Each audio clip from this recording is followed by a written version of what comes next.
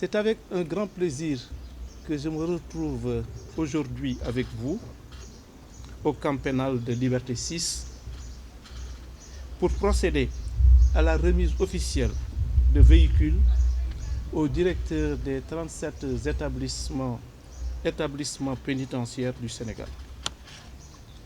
À l'entame de mon propos, je voudrais réitérer mes félicitations à M. le directeur général d'administration pénitentiaire et à l'ensemble du personnel sous son commandement pour le travail qu'ils battent au quotidien dans l'accomplissement de leur mission de sécurité publique à travers l'exécution des décisions de justice prononçant des mesures privatives de liberté et la préparation des détenus à la réinsertion sociale.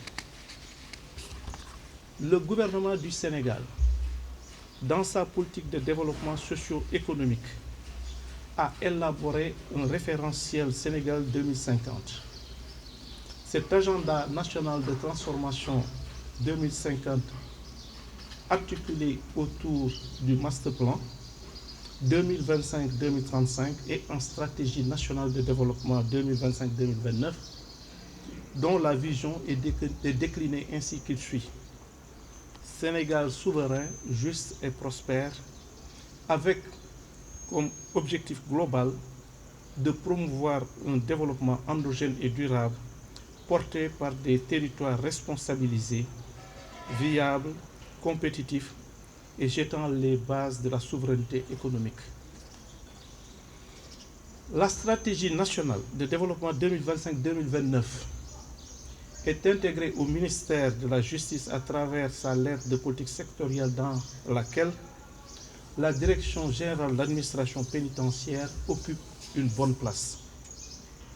L'administration pénitentiaire est aujourd'hui confrontée à des difficultés liées à l'architecture carcérale avec des locaux vétustes et inadaptés, au manque de moyens matériels, à l'insuffisance des ressources humaines et financières et à la surpopulation carcérale. Aujourd'hui, le gouvernement du Sénégal, dans le cadre de sa politique pénale, a entrepris un vaste programme de réforme matérialisé par les assises sur la réforme et la modernisation de la justice. La mise en œuvre de ces réformes permettra au ministère de la Justice, à travers le programme administration pénitentiaire du budget programme, de prévoir plus d'investissements en vue d'accompagner l'administration pénitentiaire dans son ambitieux programme d'équipement et de réhabilitation des infrastructures. C'est dans ce cadre que sont intervenues ces importantes acquisitions de moyens roulants composés de 4 camions hydrocureurs, 19 bus cellulaires aménagés, 5 ambulances médicalisées, 44 véhicules 4x4 pick-up, 2 camions citernes à eau. Cette dotation traduit la volonté forte du gouvernement de renforcer les capacités stratégiques et opérationnelles de l'administration pénitentiaire qui a été érigée en direction générale par le décret numéro 2023-679 du 23 mars 2023 portant organisation du ministère de la Justice. La dotation de ces moyens répond à un besoin urgent en matériel de mobilité, de sécurité et de prise en charge du transport des détenus. Elle permettra non seulement de sécuriser les transferts et extractions, d'assurer une gestion plus humaine et plus efficace des établissements pénitentiaires, mais aussi d'améliorer significativement les conditions de travail du personnel, si on sait que désormais, chaque directeur de prison disposera d'un véhicule de service. Pour terminer, j'exhorte les chefs d'établissement pénitentiaire à faire bon usage de ces moyens et à veiller à leur entretien au service de la justice, de la sécurité et du respect des droits des détenus.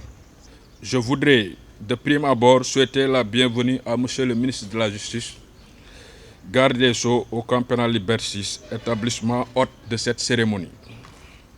Je saisis aussi l'opportunité, Monsieur le ministre, pour vous remercier d'avoir bien voulu présider cette cérémonie malgré votre agenda très chargé. Monsieur le ministre, ce moment sobre mais solennel marque un tournant décisif dans l'administration pénitentiaire. En effet, l'agenda 2050, cadre référentiel de la politique de l'État, prend bien en compte la politique pénitentiaire définie par le gouvernement qui se résume entre autres à l'amélioration des conditions de détention et celles de travail et de performance du personnel pénitentiaire.